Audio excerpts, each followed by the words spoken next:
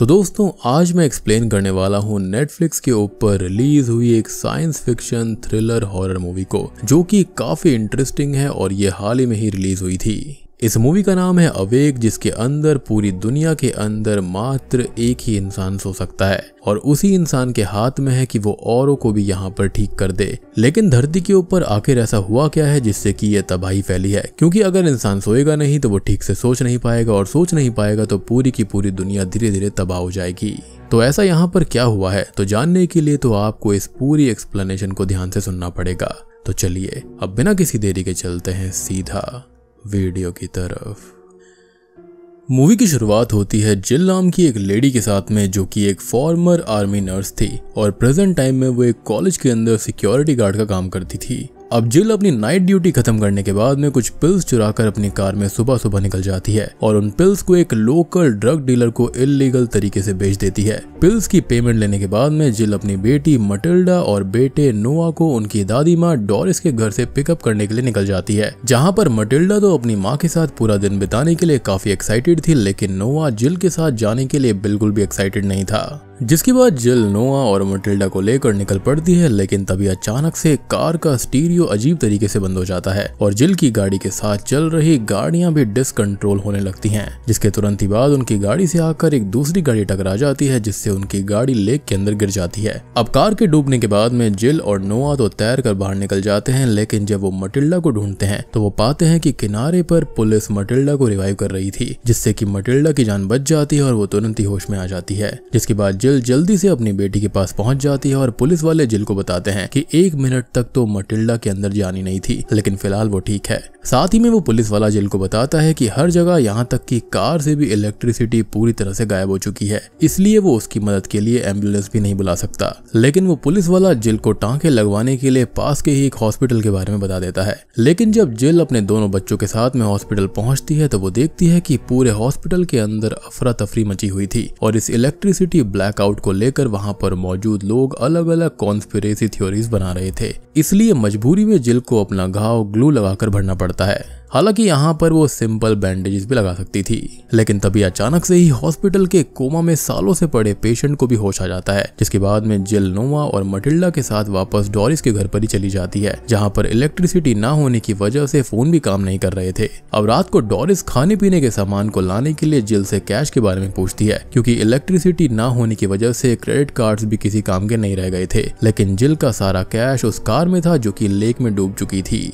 अब रात होने की वजह से जिल डोरिस के घर पर ही रुक जाती है और सुबह जल्दी उठने के लिए वो अलार्म क्लॉक में अलार्म लगाकर सोने की कोशिश करने लगती है। लेकिन तभी वहां पर डोरिस भी नींद न आने की वजह से उसके पास आकर बैठ जाती है और उससे ड्रग्स के बारे में पूछने लगती है, जिनके लिए जिल उससे मना कर देती है।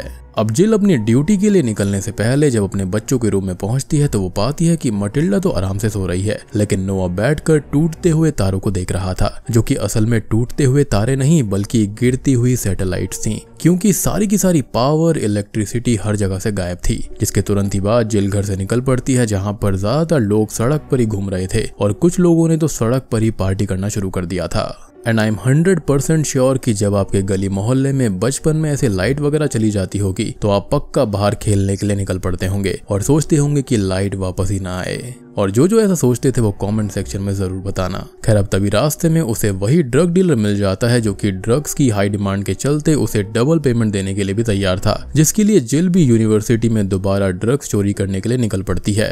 अब कॉलेज में पहुंचकर वो ड्रग्स को निकालने ही वाली होती है कि तभी उतने में ही वहां पर आर्मी के साथ जिल की सीनियर मर्फी भी पहुंच जाती है, जिसने कि उस कॉलेज में जिल की नौकरी लगवाई थी। जिनको देखकर जिल डर जाती है, लेकिन मर्फी को इस बात से कोई फर्क नहीं पड़ रहा था, बल्कि वो तो जिल को अपने हब में शामिल करना चाहती थी, जिसमें कि वो अचानक फैलने वाले वायरस का ट्रीटमेंट ढूंढ रही थी। साथ ही में उसको ब्रायन नाम के एक डॉक्टर से पता चलता है कि पूरी दुनिया में ऐसा वायरस फैल चुका है जिसकी वजह से लोग सो नहीं पा रहे हैं। बिना नींद के कोई इंसान 6 से 7 दिन से ज्यादा सर्वाइव नहीं कर सकता और पूरी दुनिया में उनके पास खाली एक औरत है जो कि सो सकती है। लेकिन इस बात को सुनकर जिल को याद आता है कि उसकी बेटी मटिल्डा तो आराम से सो पा रही थी, इसलिए वो मटिल्डा को सेफ देखने के लिए जल्दी से अपने घर की तरफ निकल पड़ती है, जहां पर पहुंचकर उसे नोआ से पता चलता है कि डोरिस मटिल्डा को लेकर चर्च के लिए निकल चुकी है। दूसरी तरफ चर्च के पादरी मटिल्डा को बता रहे थे कि पादरी बनने से पहले वो एक ड्रग एडिक्ट थे। उन्होंने एक दिन इतनी ज्यादा ओवरडोज कर ली थी कि उन्हें मर जाना चाहिए था, लेकिन वो बस इसलिए बच गए क्योंकि कई सालों में उनकी बॉडी में ड्रग्स के अगेंस्ट इम्यूनिटी बन गई थी। लेकिन उस दिन के बाद से उन्होंने अपनी जिंदगी जीसस क्राइस्ट के लिए समर्पित कर दी। इसलिए वो चाहते थे कि मटिल्डा भी लोगों के सामने आकर उनके लिए एक उम्मीद बने। दूसरी तरफ जिल घर से निकलते वक्त अपना सामान भी पैक कर रही थी। उसका प्लान ये था कि वो मटिल्डा को लेकर कहीं दूर निकल जाएगी। वो नहीं चाहती थी कि उसकी बेटी आर्मी के लिए या फिर किसी और चीज के लिए एक्सपेरिमेंट बन जाए। लेकिन तभी ब्रायन उनके सामने आ जाता है, लेकिन जिल मटिल्डा को मर्फी के पास नहीं ले जाना चाहती थी। इसलिए ब्रायन को टालने के लिए वो उसको बताती है कि मटिल्डा तो खाली सोने का दिखावा कर रही थी। लेकिन नोआ यहाँ पर सारा काम बिगाड़ देता है और ब्रायन के सामने अपना मुंह खोल देता है कि मटिल्डा सच में सो रही थी और उसने ही सुबह उसको जगाया था। जिसके बाद जिल नोआ के साथ चर्च के लिए निकल पड़ती है। साथ ही साथ ब्रायन भी उनके साथ चल पड़ता है। लेकिन रास्ते में हालात काफी खराब थे क्योंकि छोटी छोटी चीजों के लिए लोगों ने हाथापाई शुरू कर दी थी। वहीं दूसरी तरफ चर्च के अंदर मटिल्डा सो चुकी थी और पादरी लोगों को समझा रहे थे कि अगर मटिल्डा सो सकती है तो वो सब भी सो सकते हैं। लेकिन चर्च में मौजूद लोग जीसस क्राइस्ट की तरह मटिल्डा को भी सैक्रिफाइस करना चाहते थे। अब इतने में जिल चर्च में पहुंच जाती है। साथ ही में चर्च के अंदर मौजूद लोगों को शांत कराने के लिए ब्रायन उनको पूरी सिचुएशन को फैक्चुअली समझा रहा होता है। लेकिन इतने में ही चर्च में मौजूद एक पुलिस वाला जिम ब्रायन पर गोली चला देता है, जिससे पूरी चर्च में अफरा तफरी मच जाती है। अब इसी अफरा तफरी के बीच में नोआ ब्रायन की जेब में से हब के एड्रेस वाला पेपर निकाल लेता है और मटिल्डा भी ऊपर जाकर छिप जाती है, जिसको जिल ढूंढ लेती है। और इसी बीच में जिम पादरी को भी गोली मार देता है, जिसके बाद में किसी तरह से जिल अपने दोनों बच्चों के साथ में वहां से भाग जाती है। वैसे तो जिल मटिल्डा को हब में नहीं ले जाना चाहती थी, लेकिन नोआ के समझाने के बाद वो हब जाने के लिए तैयार हो जाती है। जिसके बाद जिल उन दोनों को एक जगह खड़ा करके एक गैराज के अंदर कार को लेने के लिए चली जाती है, जिससे कि वो शहर से बाहर निकल पाएंगे। जहां पर मौजूद क्रिमिनल बन चुके मैकेनिक ने कुछ कार्स के अंदर मैकेनिकल चेंजेस करके उनको चलाने लायक बना दिया था। जिल अब किसी तरह से वहां से कार लेकर मटिल्डा और नोआ को भी पिक कर लेती है। जिसके बाद रास्ते में जिल को उन्हीं मैकेनिक्स की लाश मिलती है जिनका मर्फी के लोगों ने शूट आउट कर दिया था।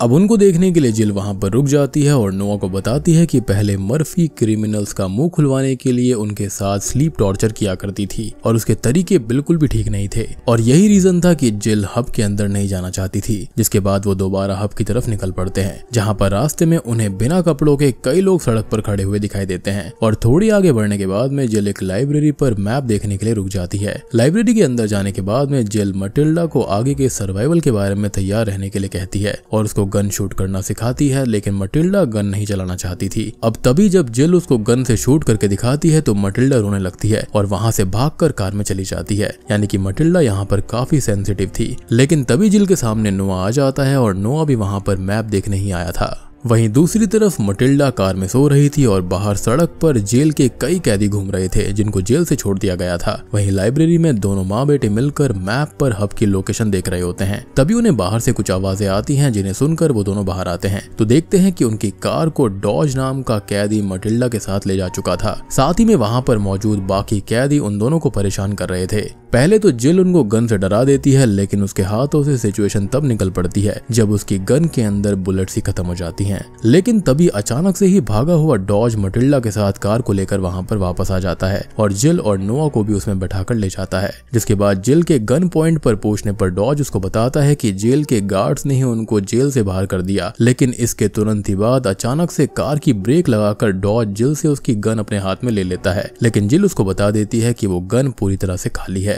अब रास्ते में रुककर जिल मटिल्डा को एक पाइप की मदद से एक ट्रैक्टर से फ्यूल को एक कंटेनर में ट्रांसफर करना सिखा रही थी। वहीं दूसरी तरफ डॉज नोआ से उसकी फैमिली के बारे में कुछ बेसिक जानकारी ले रहा था, जिसके दौरान उसको पता चलता है कि वो लोग उस बीमारी का इलाज ढूंढने के लिए जा रहे हैं।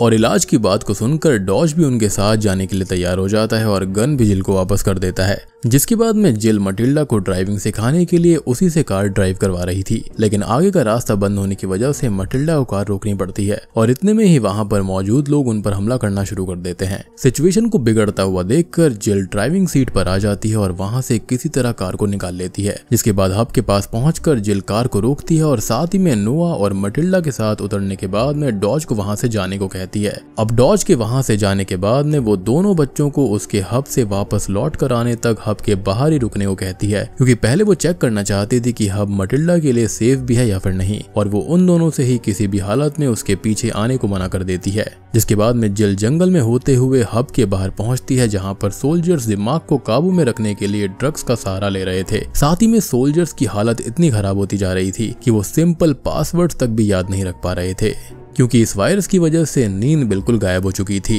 एंड ऑब्वियस ही बात है कि जब आप सोओगे नहीं तो आप दिमाग ज्यादा चला नहीं पाओगे। अब जिल किसी तरह से हब के अंदर घुसती है और घुसते ही एक डॉक्टर कोट पहन लेती है, और हम जानते हैं कि पहले वो एक नर्स थी।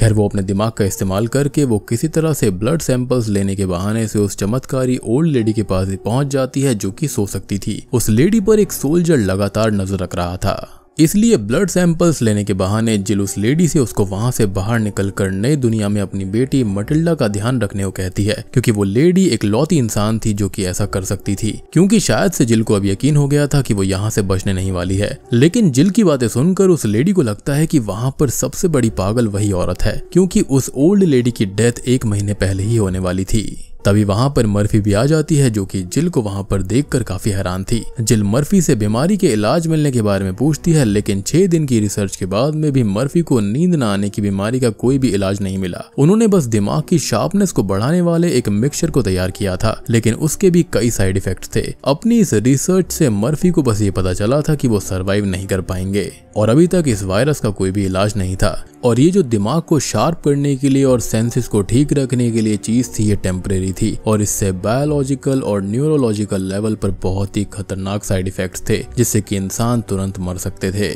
अब जिल हताश होकर हब के बाहर आकर बैठ जाती है, जहां पर सोल्जर्स डॉज की कार को रोक लेते हैं, जिस कार के अंदर नोआ और मटिल्डा भी बैठे हुए थे। साथ ही में सिचुएशन को और ना बिगाड़ते हुए सोल्जर्स के सामने सरेंडर करते वक्त मटिल्डा रोते हुए बता देती है कि हाँ, वो सो सकती है। अब अगली सुबह मटिल्डा पर एक्सपेरिमेंट्स करने के लिए डॉक्टर्स उसको हब के अंदर लेकर आए थे, जहां पर उन्होंने एक मादा चिंपैंजी के ऊपर एक्सपेरिमेंट्स करने के लिए उसका पूरा दिमाग खोल दिया था, लेकिन इसमें भी उन्हें कोई भी सक्सेस नहीं मिली थी। और चिंपैंजी इसलिए क्योंकि उनके और हमारे बीच में जो बायोलॉजिकल लेवल पर चीजें हैं वो काफी सिमिलर होती हैं। अब यहाँ पर बेहोशी की गैस का इस्तेमाल करने के बावजूद भी वो चिंपैंजी नहीं सो पा रही थी, जिसके बाद मर्फी की प्रेजेंस में वो डॉक्टर मटिल्डा पर उस गैस का इस्तेमाल कर देखते हैं, जिससे कि मटिल्डा आसानी से सो जाती है।